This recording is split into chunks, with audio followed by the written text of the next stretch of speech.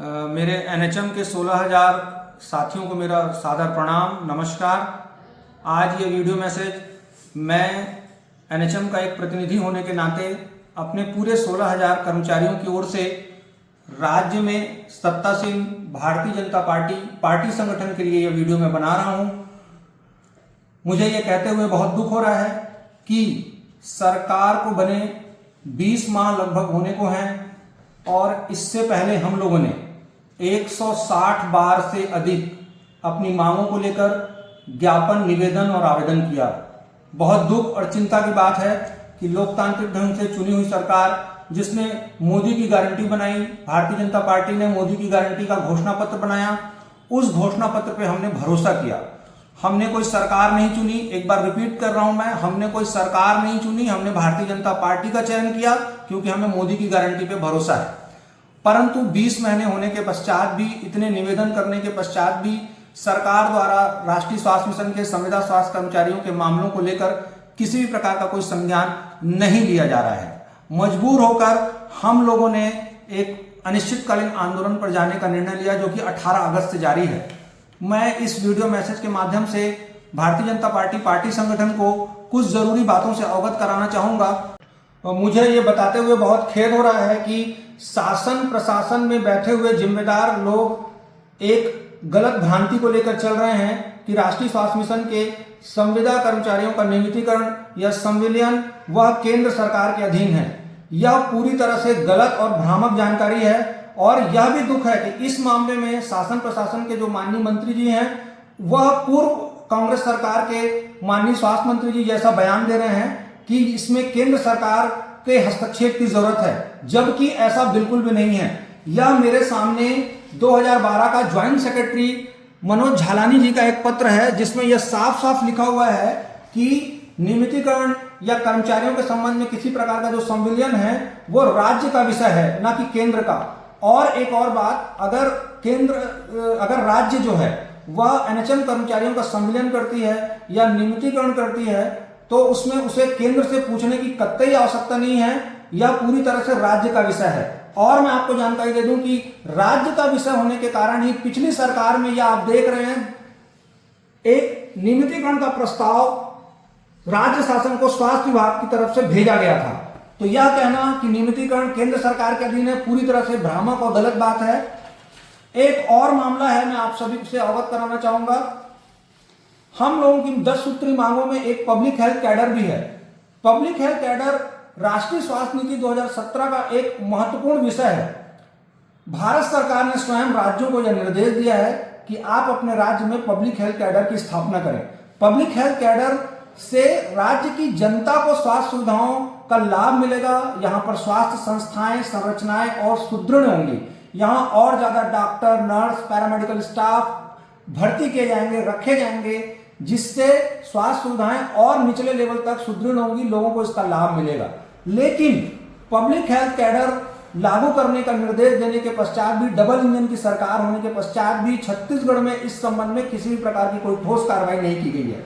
यह मेरे पास एक पत्र है जो कि सचिव छत्तीसगढ़ शासन स्वास्थ्य एवं परिवार कल्याण विभाग को संचालक स्वास्थ्य सेवाएं ने लिखा है। 2023 में ये अगस्त महीने का पत्र है, जिसमें यह public health management cadre Chhattisgarh में बनाया जाए, उस संबंध में पहल करने की बात की गई है। परंतु आज पर्यंत तक छत्तीसगढ़ में इस संबंध में कोई भी प्रयास नहीं किया गया है। एक और जो बहुत जरूरी मांग हमारी है, वह है ग्रेड पे का निर्धारण, पे बैंड का निर्धारण। यह अपने आप में बहुत चिंताजनक है और बहुत सोचकर भी अजीब सा अनुभव होता है कि राष्ट्रीय स्वास्थ्य मिशन के कर्मचारियों का वेतन निर्धारण किस प्रकार किया जाता है।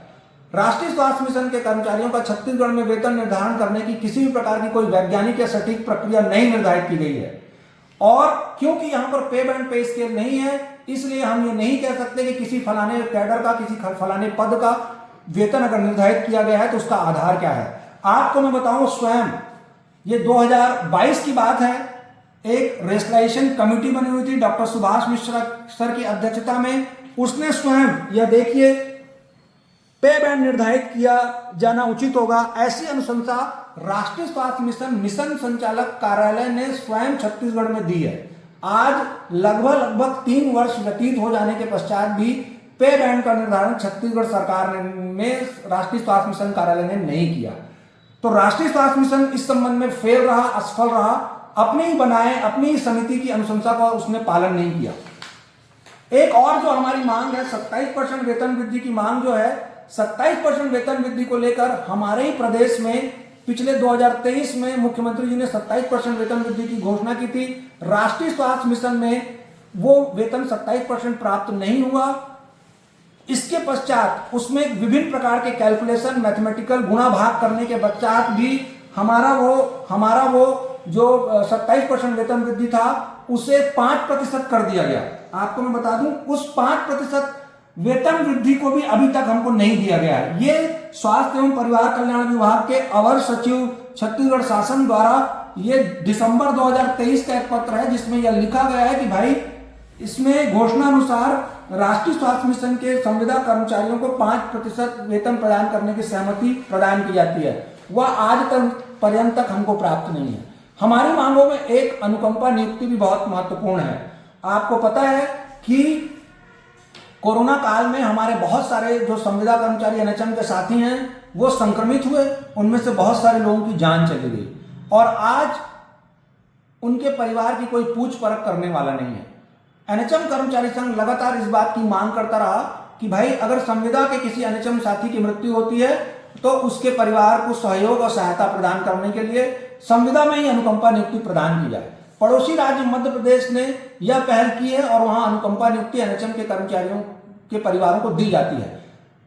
हमारे ही राज्य छत्तीसगढ़ में यह आप देखेंगे मेरे हाथ में पत्र है, एक परिपत्र है, हमारे बिजली विभाग का एक परिपत्र है जिसमें बिजली विभाग में संविदा में कार्यरत जो हमारे साथी हैं, कर्मचारीगण हैं, उनके परिवार को अनुकंपा नियुक्ति प्रदान की जाती है। तो छत्तीसगढ़ में इस प्रकार की जो राष्ट्रीय स्वास्थ्य मिशन के कर्मचारियों के साथ पिछले 20 वर्षों के साथ में उनके भविष्य के साथ जो खिलवाड़ किया जा रहा है, उनकी छोटी छोटी मांगे, जरूरी मांगे जो उनकी सामाजिक आर्थिक सुरक्षा के लिए बहुत जरूरी हैं, उनको भी पूरा नहीं किया जा रहा है। तो मैं डबल इंजन की सरकार जो पार्टी यहां चला रही है, भारतीय जनता पार्टी, उससे मैं आग्रह करता हूं कि वो इस मामले में हस्तक्षेप करे और प्रदेश के संविदा स्वास्थ्य कर्मचारियों के साथ जो उसने मोदी की गारंटी में समस्याओं के समाधान का वादा किया है उसे पूरा करे। और मैं यहाँ पर कहना चाहता हूं कि आपने अपने चुनावी घोषणा पत्र में यह नारा लगाया था कि हमने बनाया है तो हम ही संवारेंगे। तो मैं यहाँ पर 16,000 संविदा एनएचएम स्वास्थ्य कर्मचारियों की तरफ से पूछना चाहता हूं कि आपने बनाया है तो संवारोगे कब?